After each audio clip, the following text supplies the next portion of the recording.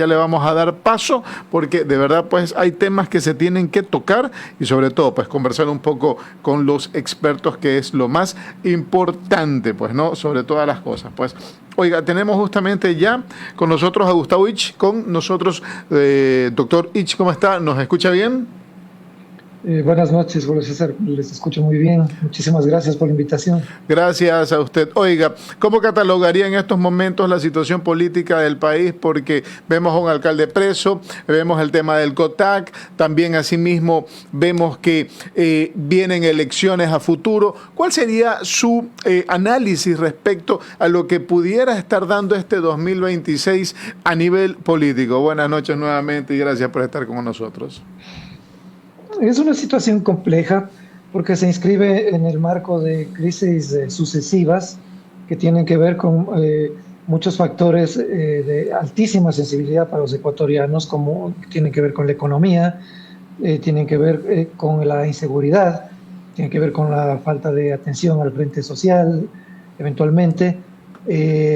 Y claro, ahora estas leyes económicas urgentes que se sitúan en un espacio en el que se trata de impulsar por parte del régimen ciertos proyectos que no pueden haberse habilitado, que no se pudieron habilitar, por ejemplo, en la última consulta popular. Uno de estos precisamente tiene que ver con lo que usted señala, el tema del COTAD, ¿no? Las reformas al COTAD. Es un tema que, por ejemplo, en la semana última, generó una muy fuerte movilización, varias movilizaciones en el curso de la semana en la capital contra las reformas, ¿no? Lo que es indicativo de tensiones profundas entre las élites políticas que promueven ajustes estructurales y amplios sectores sociales. No solamente son los gobiernos autónomos, porque en esas movilizaciones ya se inscribieron, ya estuvieron otros gremios, otros movimientos sociales, incluso vecinales, que perciben estos cambios como amenazas a la autonomía local y a derechos sociales básicos. Ustedes, los guayaquileños y todos los habitantes de las otras provincias del país que no son Pichincha, han siempre cuestionado y muchas veces con sobrada razón el centralismo que política y administrativamente se ejercía desde la capital. Eso empezó a cambiar de alguna manera en el 2008, pero ahora con estas reformas al COTAD viene a reeditarse, ¿no? El poder del Estado en ese sentido se ancló a 77 votos de asambleístas funcionales al régimen y ya se ha convocado a una marcha nacional para marzo, que podría fácilmente redefinir la agenda política aquí en el país y abrir nuevos frentes de confrontación entre el Ejecutivo y la ciudadanía organizada. Vea que ya no son solamente uno o dos de estos episodios en los que ya existe movilización ciudadana contra decisiones que se toman por parte del Ejecutivo y que son apalancadas desde la Asamblea Nacional con su bloque oficialista, ¿no? Correcto. De pronto estas leyes como la del COTAC no es ponerle un pare a todo lo que hacen los gobiernos autónomos. ¿Por qué le digo esto? Porque salió el tema incluso salieron imágenes de León Febres Cordero en su momento cuando recién asumía la alcaldía, en donde él mismo decía evitar el piponazgo, evitar el gasto innecesario, evitar este tipo de situaciones. ¿No sería por ahí los disparos que está dando el gobierno debido a que hay gobiernos autónomos como el de Guayaquil, lo digo como tal, que recibe dinero por muchas rentas? O sea, acá en Guayaquil tenemos este fenómeno de que llegan los primeros días de enero y usted ve unas largas colas para ir a pagar los impuestos prediales. O sea, impresionante. Me imagino que en Quito y en otros puntos del Ecuador también ha de ser lo mismo, pero vemos que hay una cultura de pago y entonces manejan dinero. ¿No sería de pronto ponerle un límite, un tema de un ojo, ok, en qué estás gastando? Yo sé que eres autónomo, pero ¿se puede prestar para muchas cosas el hecho de ser autónomo? Mire, yo creo que hay que dar ejemplo. O sea, si el Ejecutivo quería manejar ese proyecto y tomar esa decisión con un amplio apoyo ciudadano, incluso de los propios gobiernos locales, algunos de ellos. La pregunta saltaba automáticamente, a ver, ¿cómo le ha ido al Ejecutivo con la ejecución del plan operativo anual en los últimos años? ¿Han tenido la capacidad de ejecutar el plan operativo anual en un 100%, en un 80%, en un 70%? No. En los últimos 2 años, el promedio ha sido total de entre 32 o 35%, si la memoria no me es ingrata. Y ¿qué hacen con el presupuesto del Estado? ¿A dónde van a parar los impuestos de la gente? Porque aquí, ¿dónde están las obras en estos últimos 2 años? ¿Dónde está la inversión pública en estos dos últimos años? Es una economía que se mueve a partir del endeudamiento, pero no de la generación de empleo, no de una transición económica que permita recuperar el manejo de la caja fiscal. Y tenemos un rumbo fiscal y comercial en este régimen que mantiene al Ecuador en una senda de crecimiento muy modesto, por no decir otra cosa, y sumamente frágil, que recién empieza a aparecer, ¿no? Las proyecciones oficiales y de organismos como multilaterales sitúan el crecimiento del PIB para el 2026 entre 1,8% y 2%, una cifra insuficiente para absorber estos rezagos sociales acumulados. También sí se puede decir que hay disciplina en el gasto, claro, pero es una disciplina a costa de no generar inversión pública y tampoco descansa en pilares estables, ¿no? O sea, más bien descansa en el consumo privado, las remesas y exportaciones que se concentran en banano, camarón y petróleo, que son altamente sensibles a problemas externos, hasta variaciones climáticas. Mire, ¿qué pasa con las pequeñas y medianas empresas que concentran cerca del 70% del empleo formal? Estas empresas tienen importaciones en ascenso, es decir, compras, estimadas en alrededor de $30,000 millones en un entorno de baja protección arancelaria y bajo el régimen de dolarización. Entonces, ¿cuáles son las ventajas de competitividad frente a socios que tienen monedas y políticas cambiarias propias, capitales que son sumamente poderosos frente a la competencia que puede venir desde acá del Ecuador con nuestro parque, con nuestro aparato productivo, industrial y comercial?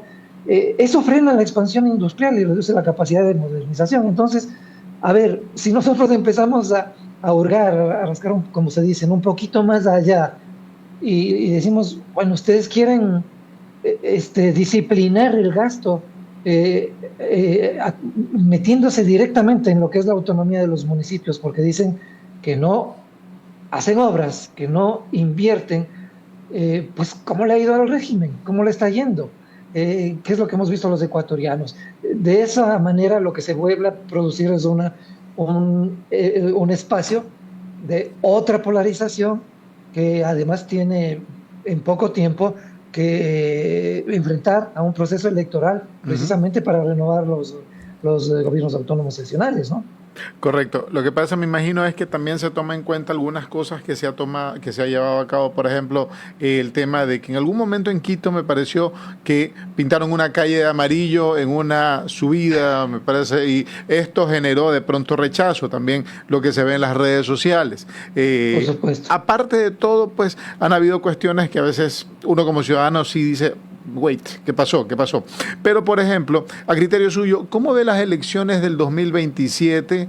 ¿Qué criterio usted puede dar respecto? Porque, oiga, esto es como un Battle Royale. Se viene justamente el tema de las elecciones seccionales y es como los alfiles van a primera fila a pelear los municipios más fuertes, los municipios más, ¿cómo se diría?, más disputados. Quito, Guayaquil, Machala, Manta, Esmeraldas, algunos más, Cuenca, por ejemplo. Va a ser un Battle Royale que parece que sí va a traer sorpresas durante el próximo año.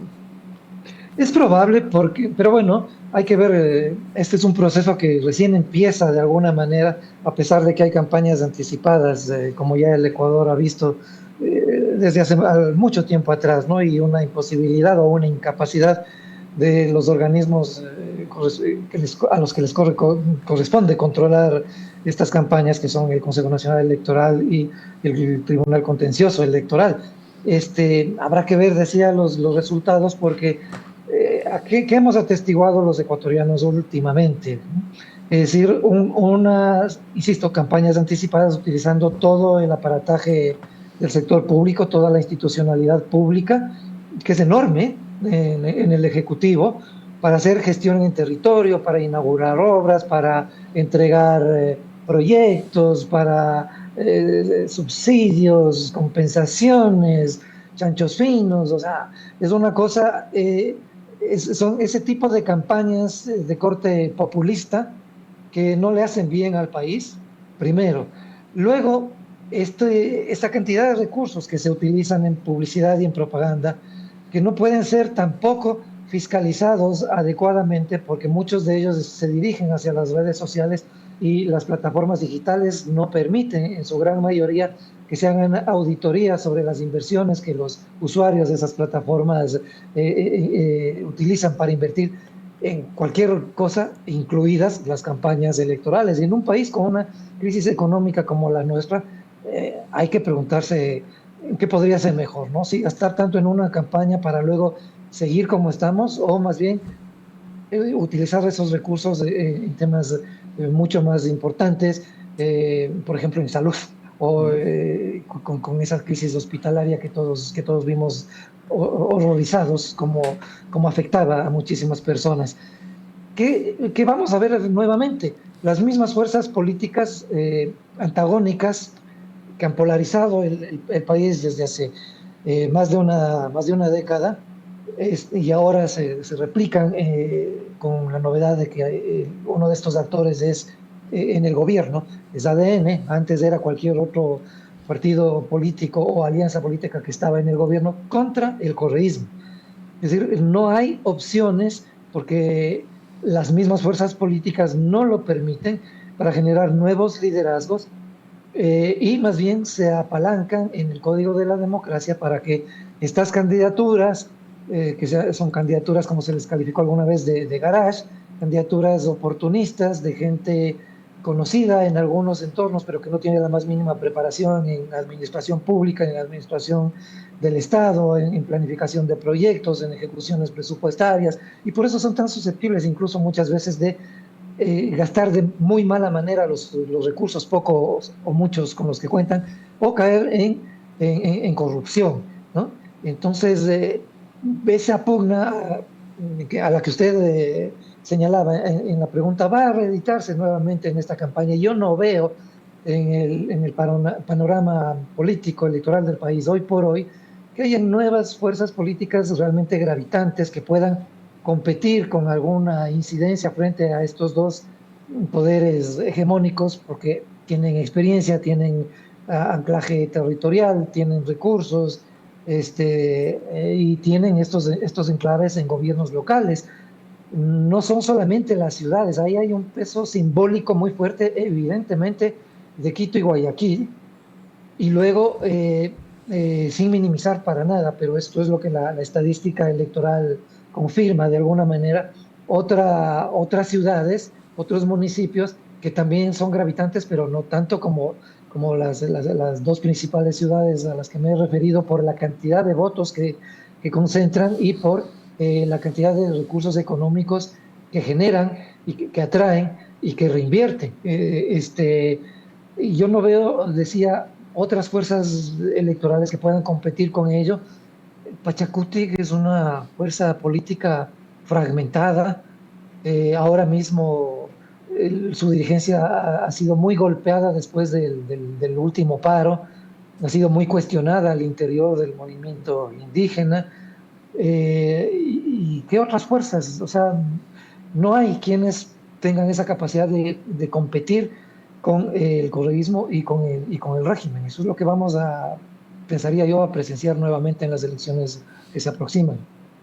¿Qué opinión le daría al tema de la guerra arancelaria que en estos momentos se está llevando a cabo con Colombia? Ya las autoridades de allá dijeron que también van a aplicar aranceles acá a los productos ecuatorianos. Hoy día un ministro justamente del lado de Petro pues hablaba de eso. Esto respecto a las relaciones internacionales, ¿cómo nos cae? ¿Nos cae bien? ¿Nos cae mal? Y sobre todo, pues, ¿qué repercusión usted le puede ver o analizar a futuro? A ver, en términos políticos, lo que eso reveló es un fracaso rotundo de la estrategia, si es que había una estrategia, o de las acciones del gobierno nacional para enfrentar al crimen organizado. Por eso la queja hacia Colombia, ¿sí? O sea, ustedes controlen por favor su frontera porque desde su país están viniendo muchos de estos delincuentes, muchas de estas organizaciones tienen injerencia en toda esta inseguridad que se ha generado aquí en el Ecuador y que le ha puesto como uno de los 6 países más violentos en el mundo. Esta es una demanda que no es de ahora. Hace 30 años vienen sucesivos gobiernos pidiéndole eso a los gobiernos colombianos. Controlen más sus fronteras, su frontera con Ecuador. Eso o no ha sido posible o no han querido. ¿Por qué? ¿Por qué razón? Vamos ya no solamente a lo político, sino a la geopolítica y su inserción con la economía global. El narcotráfico es una industria global. Mueve cientos de miles de millones de dólares que han contaminado no solamente a los países de democracias más frágiles, sino prácticamente a la enorme mayoría de países occidentales, incluidos los Estados Unidos. Si no, preguntémosles a los Estados Unidos cómo es que han logrado, si es que han logrado durante décadas contener el consumo de los narcóticos o de la droga que se dirigen a ese país y a Europa, ¿no? No han podido hacerlo. Entonces, esta demanda, desde una perspectiva económica, le pone al Ecuador en una situación difícil, porque con la economía que tenemos, con ese aparato productivo que tenemos, que no tiene esa capacidad de competir. Yo hace poquitos minutos nomás en esta entrevista había señalado cuánto están importando nuestros empresarios, 30.000 millones de dólares, porque la economía aquí en este país no arranca. Colombia es un país que tiene un poder económico mucho mayor que el nuestro. Hay industrias ecuatorianas que operan en Colombia y hay industrias, empresas colombianas que operan en Ecuador. Para ellos es mucho más fácil que para nosotros retirar esas empresas, ¿sí? E invertir en otro lugar, incluso en la misma Colombia. Es decir, a mí me parece que fue una decisión apresurada, como siempre muy ligada a la publicidad, al efecto publicitario, como cuando se invadió la Embajada de México, y otras tantas acciones que se ejecutan primero y luego vamos adecuándonos en la práctica a ver cómo salimos de esto. Y la respuesta siempre es con más publicidad, con más propaganda. Yo esperaría que esto se resuelva rápidamente porque, insisto, en términos económicos, en términos geopolíticos, ¿cuánto realmente le interesa, por ejemplo, Ecuador a los Estados Unidos? ¿Cuánto le interesa a los Estados Unidos la violencia en Ecuador? ¿Cuánto le interesa a los Estados Unidos Colombia? ¿Cuántos intereses económicos, políticos, geopolíticos de los Estados Unidos tienen desde hace muchísimo tiempo sus ojos y sus acciones en Colombia? Ahí hay un desequilibrio que es evidente, o sea, tan simple como que hasta el momento, hasta el día de hoy, que yo sepa, a nuestro presidente no le han invitado a la Casa Blanca para reunirse con el presidente de Estados Unidos, y a Petro ya lo recibieron, y precisamente en medio de este conflicto. Entonces, ¿qué nos está diciendo la geopolítica? Ecuador es un país mucho más débil, que se ha metido probablemente en una camisa de 11 varas, y esperemos que esto se resuelva para el bien de los ecuatorianos de una manera transparente, equitativa, racional y muy rápida además. Cada día que pasa afecta más a nuestros consumidores, afecta más a nuestros productores, afecta más a nuestros comerciantes. Le quedamos muy agradecidos, doctor Ich. Una próxima oportunidad volvemos a conversar de distintos temas políticos del Ecuador. Muchísimas gracias a usted por la invitación. Muy amable. Buenas noches. Son las 19:30. Gracias por mantenerse. Estamos en Radio Ecuantena en Facebook, en Instagram y en X, @Ecuantena, y en TikTok, Ecuantena 1030 AM. Vámonos al corte comercial en cuestión de minutos. Regresamos con más información. Esto es Ecuantena, emisión estelar.